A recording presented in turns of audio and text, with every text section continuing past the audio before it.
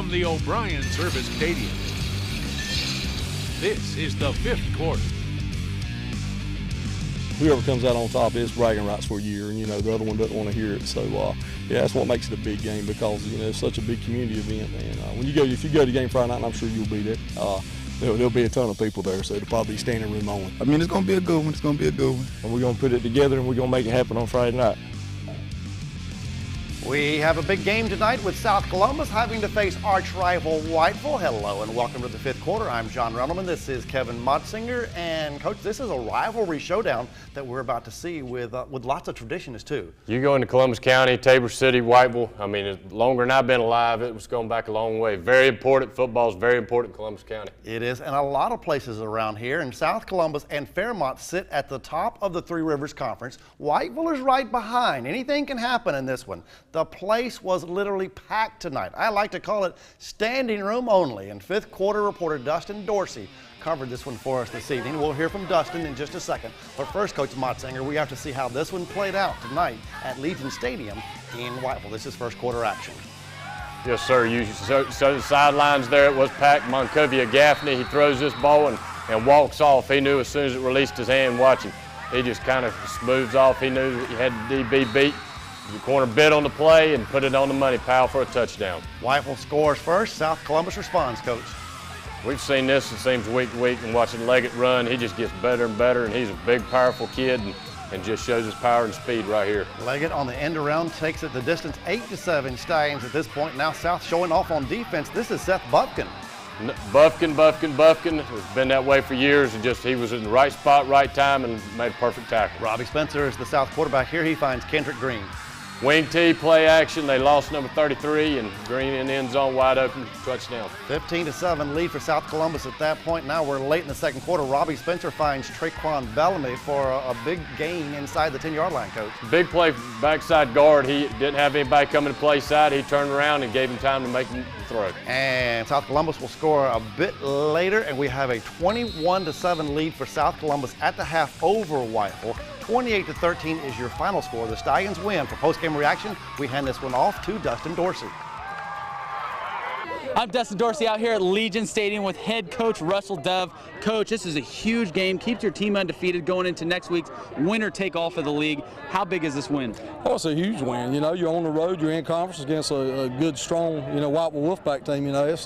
It's a great win. It's hard to win on the road in this conference, and we're excited coming here. So we're 6-0, and I think I've heard that Fairmont won tonight. So it's going to be for the conference championship down in Vinegar Hill next week. So excited to be a part of that. Well, it's a big game, but I think my team got the momentum to pull it through, and we're gonna win the conference championship. So I think we're gonna do it, because we're on the roll right now.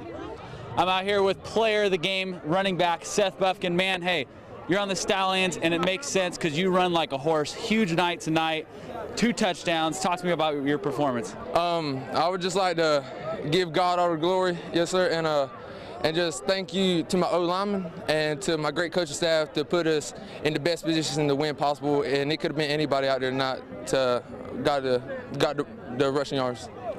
At Legion Stadium, I'm Dustin Dorsey here with running back Seth Buffkin. And you're watching WWAY fifth quarter. Go Stallions! Back to you guys. Yes, you are watching the fifth quarter. And it was nice to see that place packed tonight. And South Columbus came to play. Yes, sir. When those two teams get together, even when have down years, good years, it's very important. And they came to play for sure. And we will be in Vinegar Hill next Friday when the conference championship is on the line when they play Fairmont. All right, we're going to go back to Columbus County in just a bit. But first, let's see what's up with Laney and Ashley. They both conclude the regular season tonight in Bucktown, Coach. And we're going to let you take this one with Laney in blue versus Ashley. Yes, sir. Just, the only remaining rival game left when Hoggard and New Hanover not playing right here. Sid Barrett and Jason Billingsley, that combination's worked since they were little, and every week we see it, and they put it in the end zone. There is Imeke Watkins getting the touchdown for Laney after Billingsley comes up just a bit shy, and I think this one does not come up shy, Coach. No, sir. Just, he got in a Wildcat formation and had a kid who wasn't used to carrying the ball and popped it out. Great play by Ashley, scoop and score. All right, so Ashley's on the scoreboard, and now they're kicking off. This one, the kid got a little excited. One of those things, people in the bleachers are chewing at the coaches and everything else, but you can see it on film. He gets a little excited, kicks a little too far, and and 56 took it away. Ryan Dabaraski, not used to running with the football, but he did a good job with it. Sherrod Sidbury, I think he's used to running with the ball, Coach. Definitely. He's used to running. You watch him on the basketball court or the football field, tremendous athlete. What a play there. Final score, Laney 41, Ashley 21. All right, our next stop is going to be Hoggard High School. Coach, it is the Vikings on the move versus the Topsail Pirates. Say hello to the Hoggard cheerleaders first, and now we've got Hoggard on the move. We've talked about the last several weeks watching them on film. I think Hoggard is continuing to grow. And this looks like old Hoggard when that state championship run. And running the counter, Rashad Wallace takes it all the way to distance. All right, number 24 is Rashad Wallace, and a little bit later, Topsail gets the ball. They don't go anywhere, Coach. They go back to punt, and the punt is blocked. Again, Hoggard getting back to what Hoggard does best, great on special teams, running the football, play action pass. Josh Jones throwing the ball effectively again tonight. There he finds Austin Edwards, who is down on the 1-yard line. Who takes it in from there? It is Tony Allen, Coach. It's a 14-0 lead for the team in blue against Topsail after one quarter, but the Topsail Pirates respond on the road in the second quarter, and I think we're going to see the start of that response right here. Number 1 wide receiver, Trey Brown. He puts a move on. DB took a bad angle, fell. And we've seen this kid make plays all year long, and he's a good football player. All right, so Topsail scores on this next play, and it is a 14-7 game at the half. So Topsail is in it, but Hoggard wins the second half as well. Your final score is 35-20, fourth win in a row for the Hoggard Vikings. All right, this next game was a little bit closer than we expected, Coach Motzinger, especially early on. It is New Hanover versus South Brunswick, and South Brunswick trying to hold their own against New Hanover at Legion Stadium, and the Cougars controlled this one in the first quarter, Coach. They jumped out to an early lead, and senior night for all the teams is tough, and I tell you what, hats off to Coach getting the Cougars to come to play, and they did tonight. They had an excellent game plan to move the ball and had a lot of success. They did. In fact, New Hanover really did not start to take control of this ball game until midway through the second quarter. That was a Carter touchdown. The cheerleaders from South Brunswick go crazy, and now we've got New Hanover kind of taking over from here, and that's Javion Hall. Javion Hall, number 15, is a senior running back, and just a powerful runner, lowers his shoulder, gains positive yards. Right here, Walston showing his strength, that left cannon to Tyree Smith, and just takes it the distance. All right, I thought that was Jaheim Taylor. Jaheim Taylor, I said you keep me straight. I hate to correct you because you know all these guys, but I do know who Jaheim Taylor is, and I do know who Javion Hall is, and I think we're going to see him again on a touchdown. There he is. Big, strong, powerful kid, and I'm sorry, Jaheim and his mama. His mama going to be mad at me. You got to look. Keegan Sankos is not going to be mad at you. We're going to call his name right here. No, Keegan, just watching these two kids, with Javion and Keegan, and they've had great high school careers. 28-7 lead at the half for the Wildcats. They go on to win over South Brunswick. Your final score is 56-22. New Hanover wins as we say hello to the New Hanover Wildcat cheerleaders as well. There is more football headed your way on the first Friday of November. We've got more ground to cover as the fifth quarter on this Friday night definitely rolls on.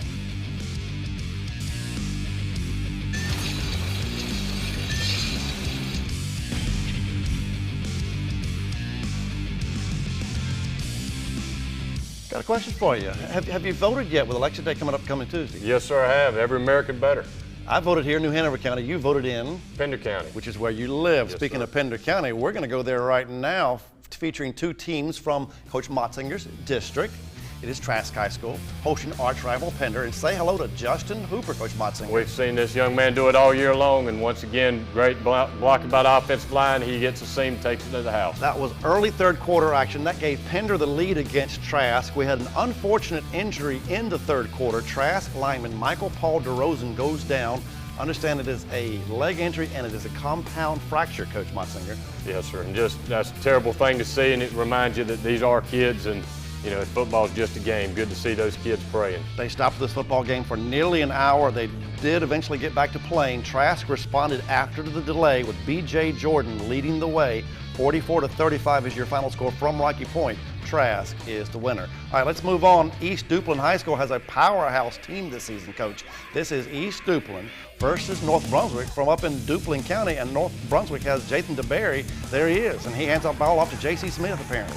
That's East Duplin and Beulahville and Duplin County. I've said it before, there's only pigs and pig skin. Everybody is important up there. A good hard run right here on the fate, and East Duplin doing what East Duplin does, battle Holly, and does a great job, tremendous coach, tremendous person, and a little toss sweep here, another touchdown. They like to keep the ball on the ground, don't they? Yes, sir. They like to run it, and they're going to pound it, and it was the difference in the game tonight. Keep the ball away from North Brunswick and the athletes that they have and the speed. 24-14 is your final score. East Duplin is the conference champion of the East Central Conference. All right, let's see what's up with the East Columbus Gators. Can they pick up their first win of the year? Can West Columbus pick up their first win of the year? It's scoreless at this point. That is East Columbus in green and white and orange trying to move the ball, but they don't go anywhere on that one. Now they've got the ball again, Coach. It's an 8-8 game. I can just tell you that East Columbus won this one, and it was a close ball game. Final score is 20-13. How about that? The Gators pick up their first victory of the season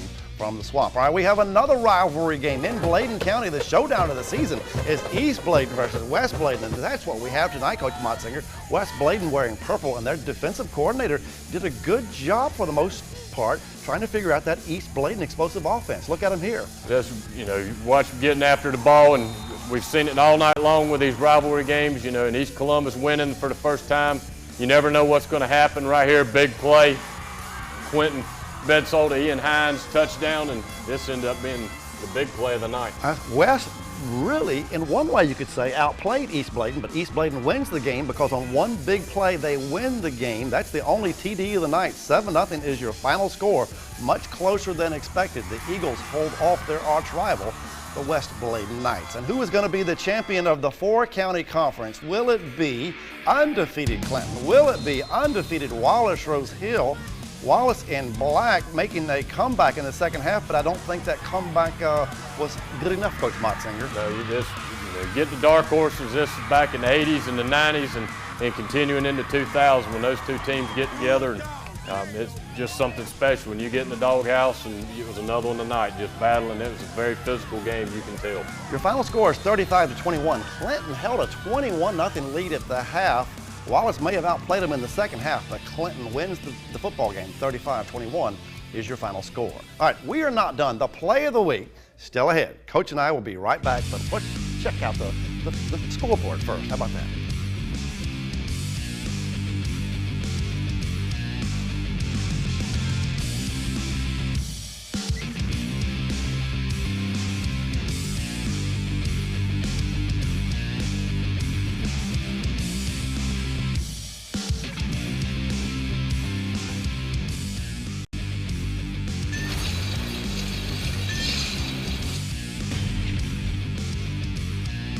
Play of the week brought to you by Perry's Emporium. For the Perry's Emporium play of the week, we head back to West Bladen High School to see Ian Hines of East Bladen High School catch a touchdown pass, Coach. You know, you look at it and you're at the game and you don't think it's that big a deal. It's up 7-0, but then you come back and that's the game winner. You know, Bud puts it on the money. The DB's just outstretched hands, and this ended up being the difference in the game. Bragging rights, county for a whole year. One play, all it takes is one play, and this is it. Only touchdown of the game, and there it is. You're seeing it on the fifth quarter. East Bladen wins by 7 over West Bladen. 7-0 is your final score. Now, East Bladen will play again next week. West Bladen will play again next week. The Pender-County schools, Trask and Pender, play again next week, and the Columbus County schools play again next week. But for our other schools, the regular season ended tonight. Yes. That's tough. You know, I wouldn't want to be in that situation. You want to end the season, go into playoffs, but like we talked about last week, West Brunswick, they're sitting there with 2 weeks, and you know, all you Trojans down there, y'all need to concentrate on football and pay attention and focus on who you're going to see in the playoffs. State playoffs begin 2 weeks from tonight. Thank you for watching tonight's fifth quarter. We'll be back next Friday. We hope to see you then. Good night.